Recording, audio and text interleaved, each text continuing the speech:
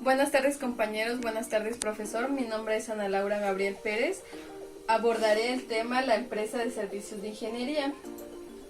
A lo largo de esta presentación se explicará fundamentos claros sobre lo que es una empresa y la economía, ya que como jóvenes emprendedores debemos de tener ideas claras sobre qué es la economía y una empresa, ya que en un futuro, si nosotros deseamos crear una empresa, debemos de tener en cuenta cada uno de estos fundamentos para no tener problemas más adelante.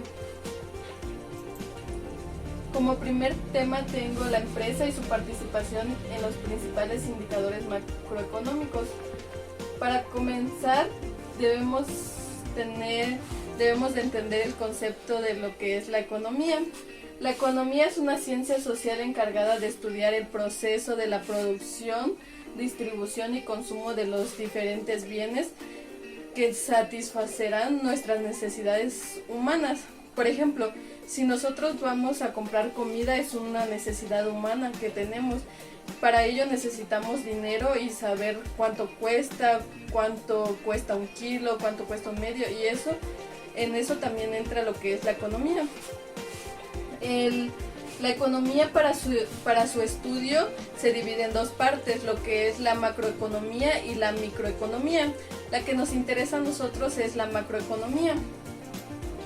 La macroeconomía parte de la economía y estudia los grandes agregados económicos como son la producción, el empleo, la inversión, los precios, así como también la importación y la exportación de estos bienes. En conclusión, esta se encarga del análisis del comportamiento económico colectivo. Y la macroeconomía se divide en cuatro partes, en cuatro entes económicos: la familia, la empresa, el gobierno y el resto del mundo. Como vimos anterior, las empresas deben de cumplir cuatro fases, que es la planeación, la organización, la dirección y el control. Y antes de cumplir con estas fases, debemos de entender y conocer los principales indicadores macroeconómicos. Yo me enfoqué principalmente en los indicadores macroeconómicos de nuestro país, que es México. Por ejemplo, este es uno de los indicadores que debemos de tener, que es conocer el crecimiento esperado del Producto Interno Bruto de México para este año y para el siguiente, ya que si nosotros tenemos una empresa debemos de investigar cuánto va a ser el Producto Interno Bruto en este y en el siguiente año para no tener problemas tanto como en este como en el siguiente. Otro es el que debemos de estar al tanto del Producto Interno Bruto trimestral. Por ejemplo, debemos de investigar el Producto Interno Bruto de aquí a 3 meses, luego llegando a esos 3 meses otra vez así y así, para que tengamos una idea de cómo va a estar el Producto Interno Bruto dentro de esos meses y que este año marche bien. También debemos de estar al tanto de la inflación económica del país. El otro sería que debemos de conocer los intereses activos y pasivos existentes tanto en el país como en el extranjero, para que nosotros no tomemos decisiones equivocadas a la hora de negociar productos, digámoslo así. El otro es el que yo considero importante, es tener el conocimiento de la tendencia esperada del valor del dólar. Es decir, si de aquí a 3 meses el dólar va a subir, si ahorita está en 20 y aquí a 3 meses o en el siguiente año va a estar a 22 o 23, es un ejemplo, nosotros debemos de planear de una vez si ahorita queremos invertir o en el año que viene, es decir, lo que más nos conviene, porque también puede ser que baje el dólar en el siguiente año. También estos son preposiciones que no sabemos si se van a cumplir, pero debemos de tener en cuenta eso para que nosotros no tengamos problemas.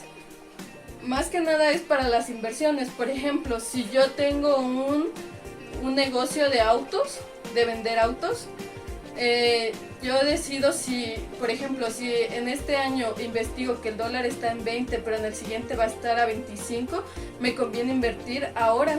¿Por qué? Porque si compro un carro, me saldría más barato en este año que en el siguiente. Y ahí entraría también las ganancias, que tendría más ganancias en este que en el siguiente. Este es importante para nuestro país en el que vivimos, que es México, ya que, como sabemos, nuestro país tiene una deuda pública en el extranjero. También debemos de investigar a cuánto asciende en este año, en el año en el que estemos, la deuda pública, porque si se decide pagar una cantidad grande en este año, nos afectaría tanto a nosotros como negocios pequeños como a los grandes. Debemos de investigar también el nivel de la deuda pública.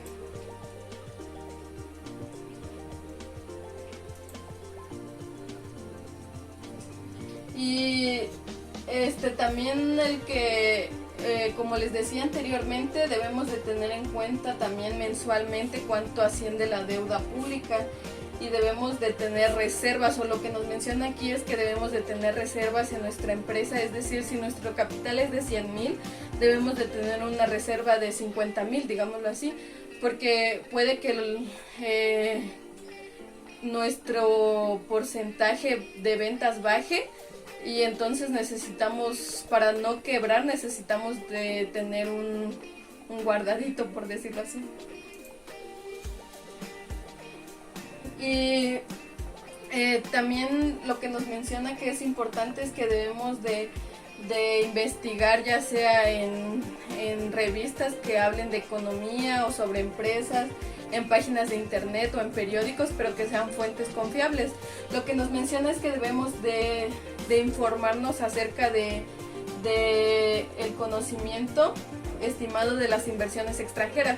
Es decir, si una empresa extranjera quiere crear o invertir una empresa junto con la mía, él me puede dar, digamos, 15,000, porque es lo que permite el país. Pero si en realidad el país permite más, yo debo de estar al tanto de eso para que no tengamos confusiones a la hora de hacer las fusiones de la empresa o a la hora de hacer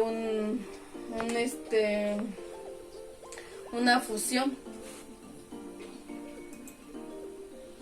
El siguiente subtema es la clasificación de las empresas en general. Bueno, antes de clasificarlas debemos de saber qué es una empresa. Bueno, una empresa es un grupo social que a través de la capital, el trabajo y la administración producen o distribuyen bienes para satisfacer las necesidades humanas o de la comunidad, y pueden tener fines de lucro o no. En número 1, de acuerdo a su actividad o giro, se clasifican en empresas industriales. Una empresa industrial tiene su principal función de transformar o extraer las materias primas. Esta a su vez se clasifica en empresas extractivas, que su principal función es extraer recursos naturales. Y la otra es la empresa manufacturera, que su actividad principal es transformar las materias primas en productos terminados, o pueden quedar también inconclusos.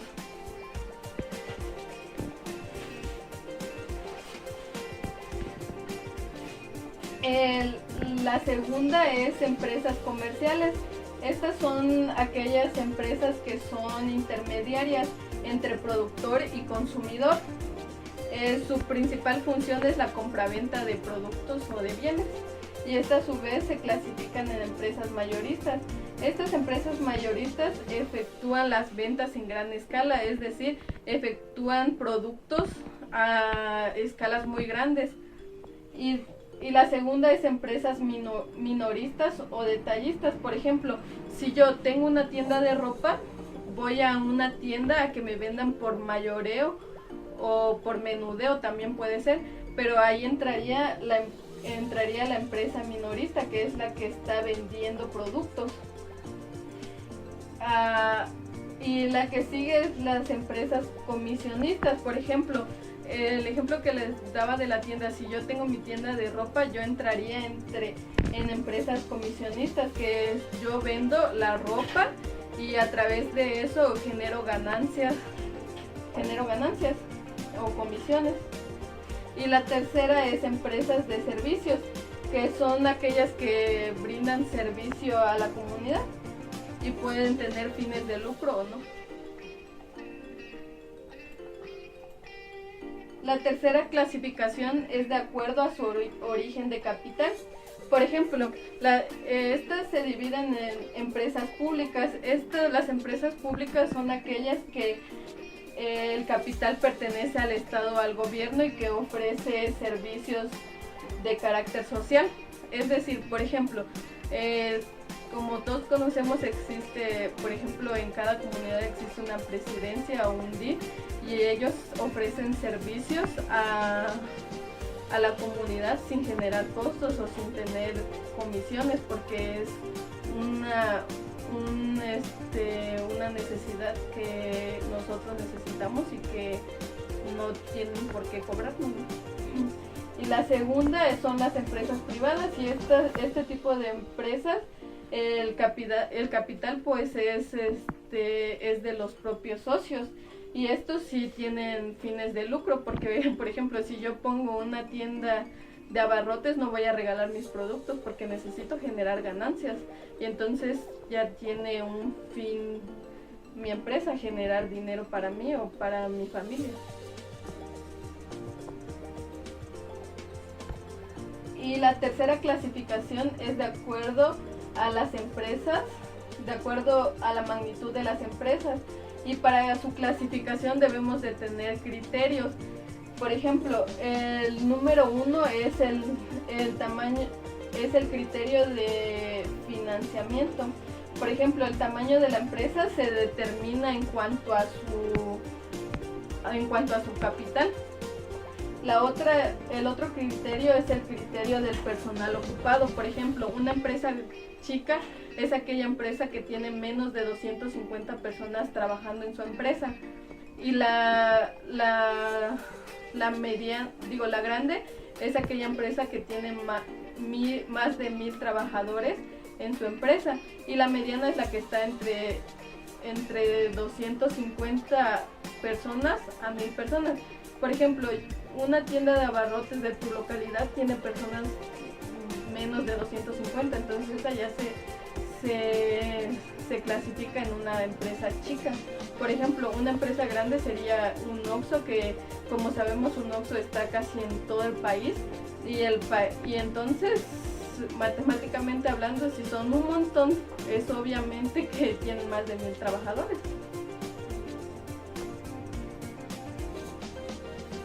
El siguiente criterio es el criterio de ventas. En esta se determina el tamaño de la empresa dependiendo a cuántas ventas o cuántas comisiones hace al día. Por ejemplo, si hay una empresa que produce 10,000 al día y hay otra que produce 5,000 al día, obviamente la de 10,000 es la más grande y la de 5,000 es la más chica. El siguiente criterio es el criterio nacional financiera. Esta se basa en el tamaño dependiendo al grupo al que pertenezca. Por ejemplo, Walmart tiene la empresa de Bodega Aurrerá y Waldos. Entonces, dentro de ese grupo, a mi consideración, Bodega Aurrerá sería la mediana, Walmart sería la más grande y la más chica sería Waldos. Entonces, eso depende del grupo al que pertenezcan las empresas, se determina el tamaño.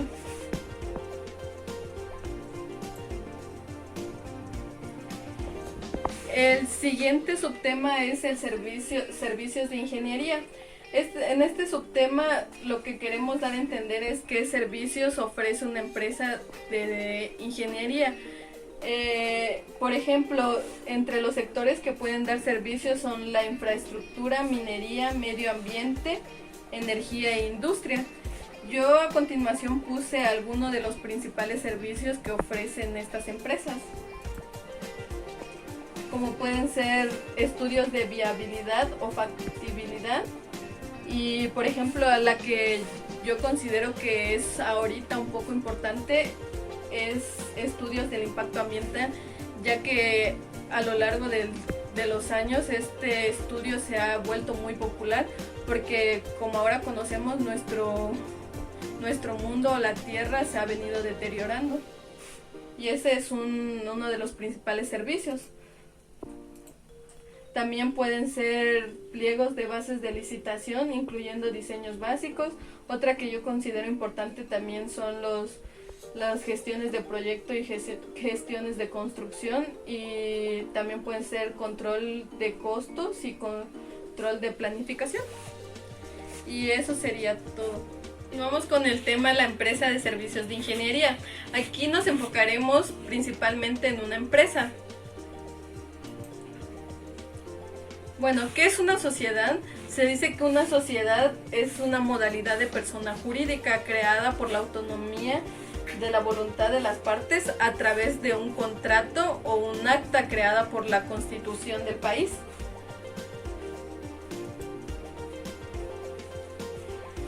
¿Cuáles son sus características de las sociedades? Una de las principales características es que es una persona jurídica que debe de ser distinta a los socios de la empresa.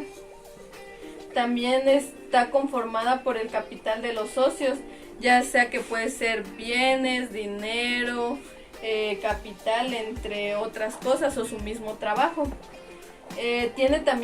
Esta sociedad tiene su patrimonio propio, distinto al personal.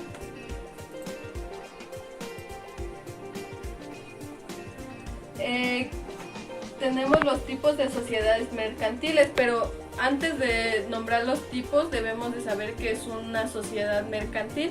Bueno, una sociedad mercantil son agrupaciones de personas físicas o de personas morales cuyo principal objetivo es generar ganancias o ya sea para su propio beneficio de las empresas.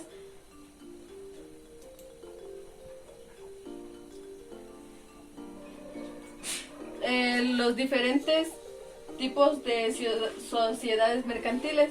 Tal como hemos visto anteriormente, las empresas pueden adoptar diferentes tipos de sociedades que ahorita abarcaremos. Número 1 son las sociedades anónimas.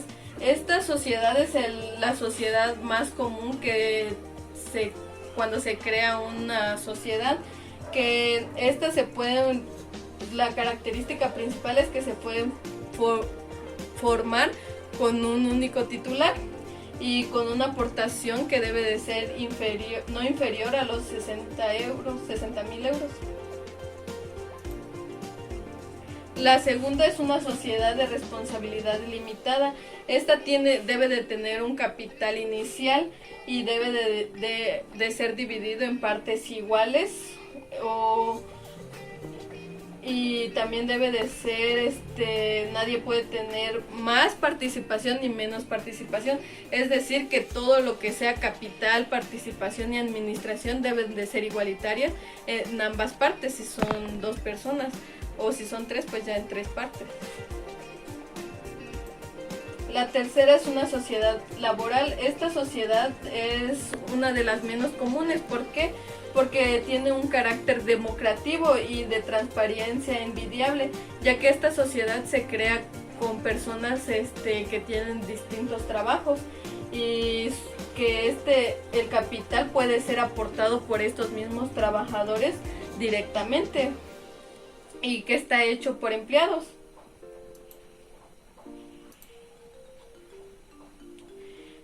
La número 4 es una sociedad colectiva. Esta sociedad debe de contar con no menos de 2 individuos, o sea, debe de tener más de 2 individuos, y el capital aportado por cada uno de ellos debe de ser en dinero fiduciario, y deben de tener derechos o directamente créditos.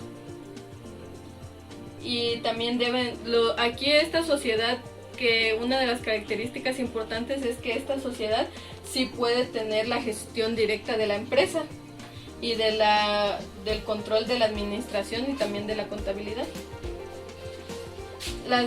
Número 5 es una sociedad cooperativa. Esta sociedad son cuando el capital es variable y no se necesita ni un mínimo ni un máximo para que se cree esta constitución o esta sociedad.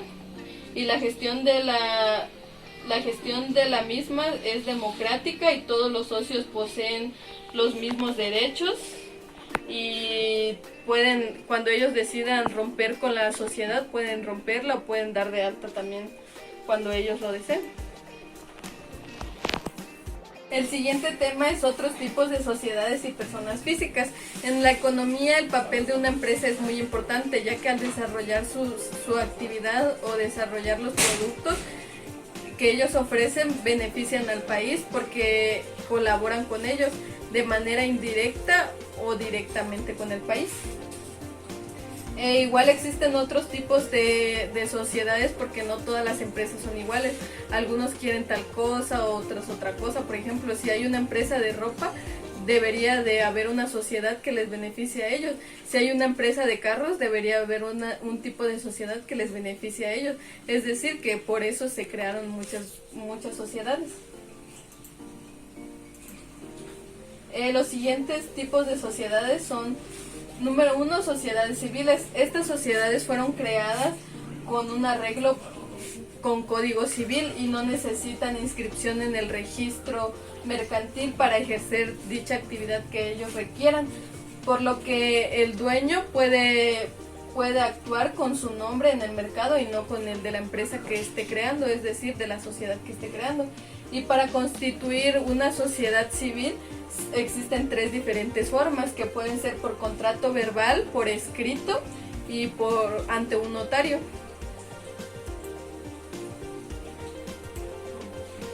La otra es sociedades cooperativas. Estas sociedades son un grupo de personas, como su nombre lo indica, que cooperan entre ellos mismos y se unen para crear una empresa de propiedad conjunta cuya gestión es realizar de forma totalmente democrática.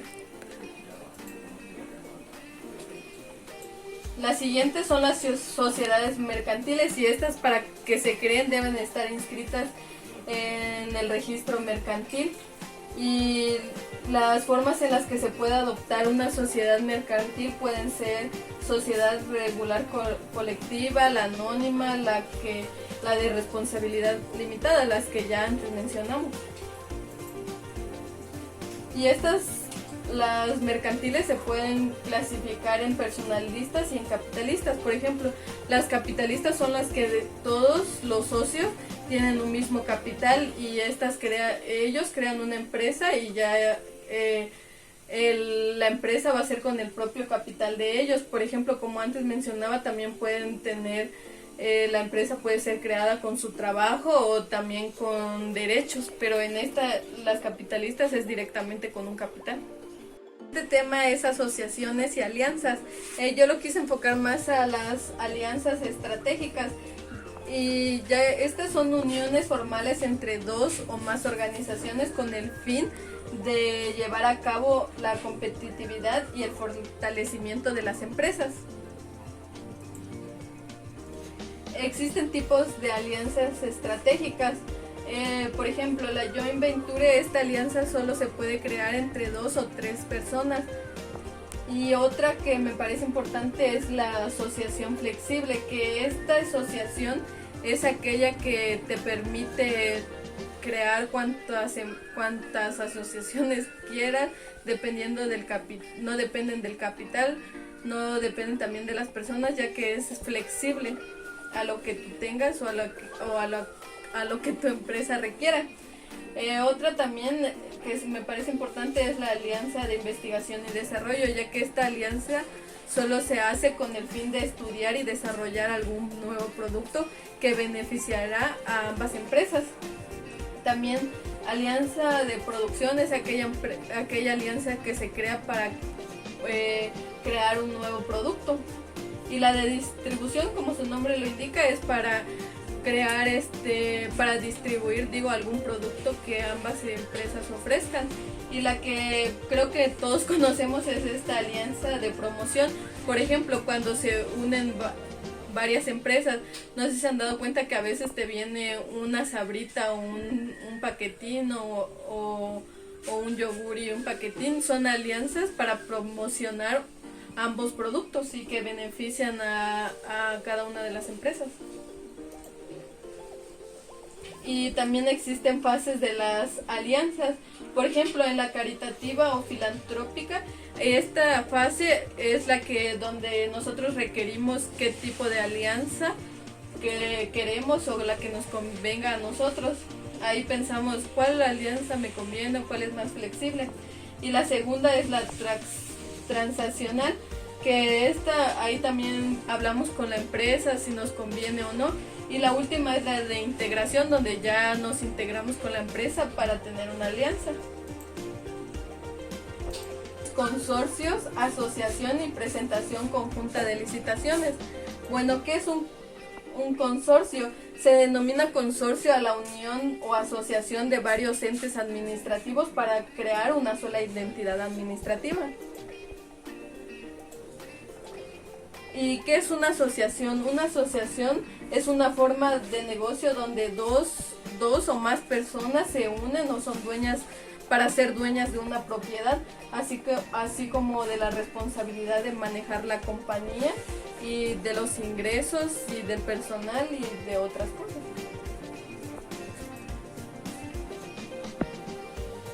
Y existen 3 tipos de asociaciones: la general, la limitada y el proyecto conjunto. Bueno, ¿qué es presentación conjunta de licitaciones? Es la creación de un consorcio de 2 o más personas para que puedan presentar preposiciones de manera conjunta sin necesidad de constituir una nueva sociedad. Y esta más que nada solo se unen, pero no hacen la sociedad o la alianza, solo es para presentar algún producto, algo nuevo. Este tema más que nada fue para enfocarnos más en una empresa, en las ideas que debemos de tener acerca de una empresa, y cuando ya nuestra empresa está creada, tener ideas de las alianzas o de las sociedades que podemos crear con otra empresa, ya sea para promocionar nuestro producto o tal vez porque ya estamos en quiebra y necesitamos de algún otro capital que nos ayude a seguir llevando la empresa. Y esas ideas nosotros las debemos de tener en clara para cuando ya tengamos nuestra empresa y que no nos pasen cosas malas o que nuestra empresa siga en pie. Y más que nada es para que no nos perjudique. Y hasta aquí sería mi participación. Muchas gracias por su atención. Espero que tengan un buen día. Gracias.